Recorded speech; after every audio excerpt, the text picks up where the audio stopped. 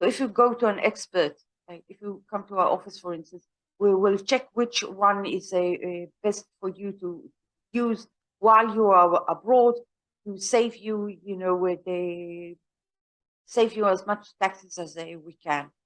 Okay, because a lot of people, all the high-tech people say, okay, I got, you know, for instance, going to New York, I have a good work, I'm just making a detachment because the tax rates, I know, you know, the country I'm going to, and the tax rates are lower. So now I'm going into the second topic, which is very important. You know, the tax aspects, and not only tax aspects, but, you know, also considering healthcare, because, for instance, we have it in social security, but some countries, as I said, for instance, I'm going back to the, you know, this guy who left to New York, and he's going there. I have a good day workplace, but let's say 3 years he's living there. He made a detachment, got a legal opinion. He might find himself, you know, not covered, getting sick or something, and not having a coverage. And not having work and not having a coverage, and find himself, you know, with nowhere, might die in the street. I mean, it's common. So you have to know all a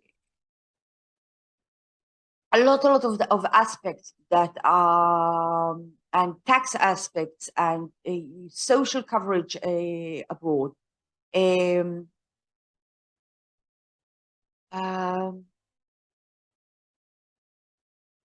Okay, and there's also, it's very important to go to a professional, because if someone is leaving, I'll make it more obvious. Someone is leaving the country, although he didn't need to report in Israel. He was an employee. He didn't need to report in Israel. The law changed in paragraph 131. The law changed where the person needs to report now. He's abroad. He is an employee. He might be, you know, employee even over the same. Well, but you know, an employee, he has to start reporting. He left abroad. So from the detachment date. Okay, that's Amendment 223. I'll just read it out. New section 131(5)(e) of the Income Tax Ordinance imposes a reporting obligation of any individual who goes abroad and, according to him, is no longer a resident of Israel. This is so long one of the two presumptions of the day states, stated the definition resident of Israel in the Income Tax Ordinance applicable that individual. Okay. So if you say I'm not a resident, then therefore you have to report for 3 years. That's the thing. So, so I'm just gonna finish here. Okay, I'll give another example. A lot of British people would rather not make a detachment because the Israeli health system compared to the British health system is better. I mean, a lot of people in the COVID really enjoyed the fact that they were covered. So that's another thing. Costa Rica, for instance, you might say, oh, I can sit there, have capital gains, and I'm not paying any taxes. I'm going there. I don't need to work. I accumulated their money. I don't need to work. Sitting there, have capital gains. I'm not paying taxes at all. But would you like to find yourself, you know, in a Costa Rica or hospital? I mean, you should think about health insurances and all that, you know, stuff that is complementary. Another thing is Switzerland. I mean, it sounds a lovely place, but you might find yourself living in a canton where they just rip you off from, you know, all your money. It all, you know, you really have to look into it. Okay. So that's the first thing. When you're moving, you have to really investigate. And if a person has, for instance, we do have an Anglo-Saxon and European orientation, which we more or less know what the tax systems are abroad in Scandinavia, in Britain, in the USA as well. So maybe look for a tax expert which has already experience in the country that you intend to move to. So the second tip is regards the immigration tax. This is actually a paragraph in the law, which is quite an old paragraph. So you have two possibilities. When you leave, for instance, you have two possibilities. First one, if you have an asset in Israel, when you leave the country, you can pay a theoretical tax, okay, on the value, market value of that asset when you leave, or you can pay the taxes when you actually sell that asset. So it has to be, you have to consider, and an office can give you, an expert can give you a point of view to calculate which is preferable. I'll just give an example, for instance. So they make it the calculation is that when you realize the asset, they will take into consideration how many years you lived in Israel and how many years you lived abroad. Let's say you're 20 years old, you have an asset that you inherited a house, and you're 20 years old, and you intend to move abroad till your, retirement or whatever. So you say to yourself, I have 60 years abroad, I have 20 years here. My taxes are lower in my new country for this capital. A house is not a good example. A house is not a good example because it's a territorial thing. It's not a house. Sorry. Let's say you have investment. You have shares in a company. I said the territorial. I'll just connect the territorial and the personal system. So the territorial system will say an asset that is in Israel, an income from that asset will be taxed in Israel. An asset that is located in Israel will be taxed when you sell it. Will be taxed in Israel.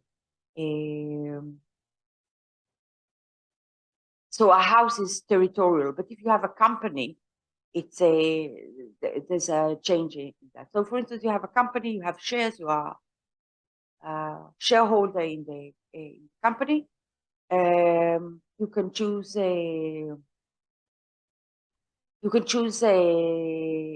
pay now, pay later. I mean, if it's a company that is only a seed, okay, the face value, not face value, the market value now of a high-tech company, let's say in the genome research, and people think it's not realistic, and no one puts the money or whatever. So the market value might be very low, and you might not pay any taxes. But you yourself, you might have, the information, and you have or whatever. So you believe in it. So you won't, when you sell those shares, or you would make a lot of money and pay less taxes in your country that is your new country. Okay.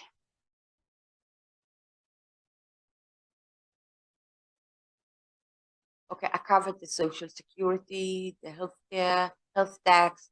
A lot of taxes can be. Federal tax. You have to really know what's sit and make the calculation of what is it worth the while, and not even that. Just be realistic. Might be you have a choice. You can choose to make a detachment, or rather not make a detachment.